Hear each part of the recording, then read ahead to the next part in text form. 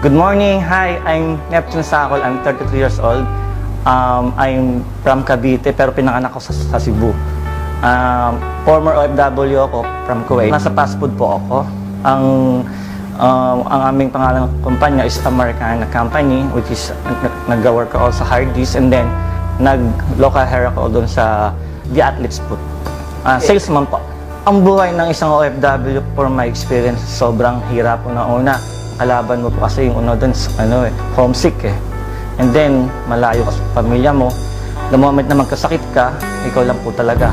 Lahat ng hindi mo nagagawa sa Pilipinas, na hindi, for example, di ka marunong maglaba, magluto, lahat ng mga bagay na yon, lahat po, nagawa ko po yun sa Kuwait. Natutunan ko po lahat yun. Ang pinakamahirap po na moment, kung sabod po ako, yung ultimong, yung dugo ko, binibenta ko.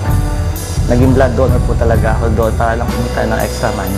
Ang reason ko po kasi pang magbago ang takbo ng buhay ko po. Kasi nag-start po ako magtrabaho sa the age of 18 years old, kaya lang wala po ko rin nangyayari. So I decided na mag-abroad. Sabi nga nila, para mas malaki ang kita.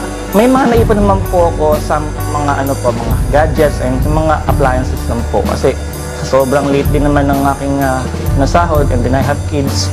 So, yung iba papadala ko po sa Pilipinas po talaga. Na-involve po ako sa AIM Global nung till such time na parang yung katawan ko po ay sumuko na sa pagbebenta po ng dugo talaga. Then may isang tao nag-approach sa akin na isa po siyang domestic helper po. Opo, sa Kuwait po siya, domestic helper. Ang kulit po talaga eh.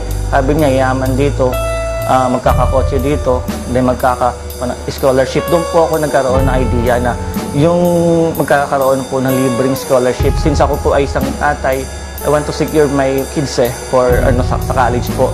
Sinimulan ko po ang negosyo sa Kuwait nung natutunan ko po siya through YouTube. After 7 months ko po siyang na-aral bago po kumita ng 500 pesos for 7 months. Sabi ko nga dati, talaga bang payaman? For 7 months, kumita ako ng 500 pesos lang. So isip ko, muntik na nga ako mag-quit kasi 7 months, 500. Nung nagsisimula po ako, so super dami talaga ng rejection, mga nanlait sa akin. One time, ang aking naalala, tinawag pa akong manggagancho.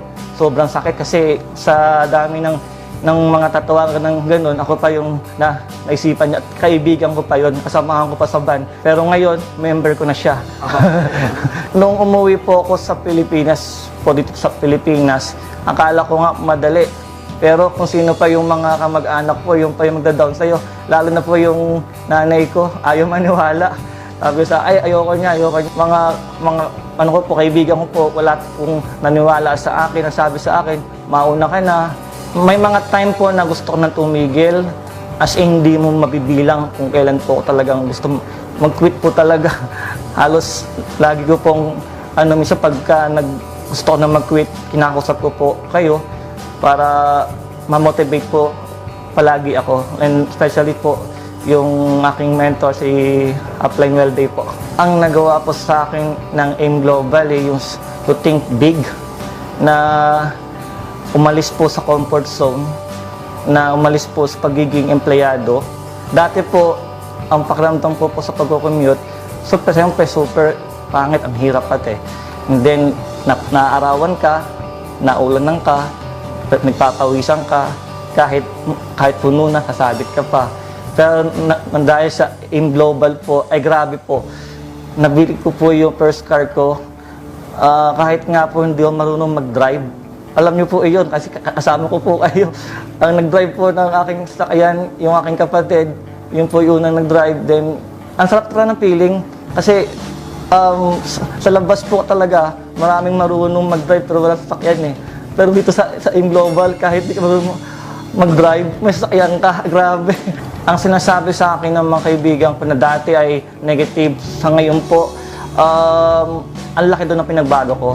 Unang-una, attitude ko po talaga. Kasi dati po, ang utak ko dati is easy-go-lucky eh. Pero ngayon, advanced na po talaga yung aking pag-iisip po. Utak negosyante talaga. AIM Global is a blessing po talaga. And Dr. Ed Cabantog, a great mentor. Sir Francis Miguel po is a great mentor po. Then si Sir John Aspirin, talaga pong super excitement talaga. Training team, the best talaga. Aplan Welde Gabot, my friend, my brother, my mentor. Kuya E, all in. All in na promo. Package deal na eh. Yun na yun.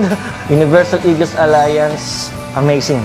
Ang message ko po sa mga taong magsisimula at magsisimula pa lamang, unang-una po, kailangan nyo maniwala sa taas. Maniwala kayo sa taas kasi yun ang pinakimportante. Pangalawa po, maniwala kayo sa inyong sarili na kaya nyo. Believe in yourself. Kahit po kayo ay nahihirapan, maniwala po kayo. Never give up. I love AIM Global. I love Universal Eagles Alliance. I love UEA. I love Universal Eagles Alliance Kuwait.